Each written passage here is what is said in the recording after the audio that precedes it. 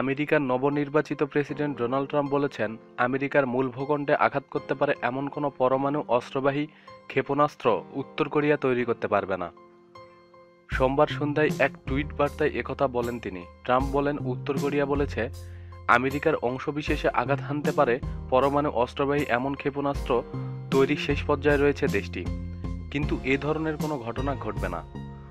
উত্তর Korea আন্তঃমহাদেশীয় ballistic ক্ষেপণাস্ত্র বা আইসিবিএ পরীক্ষা চালানোর চূড়ান্ত পর্যায়ে রয়েছে বলে দেশটির নেতা কিম জং উন দাবি করার পর একথা বলেন ট্রাম্প।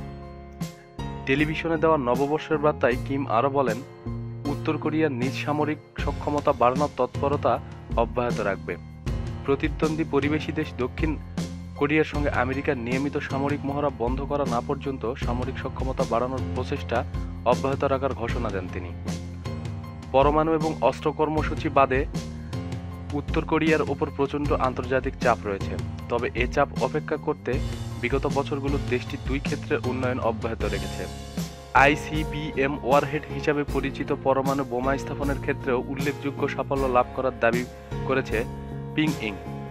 এছাড়া গত সেপ্টেম্বর পরমাণুর ওয়ারহেড সফল পরীক্ষা চালানোর ঘোষণা দিয়েছে উত্তর কোরিয়া।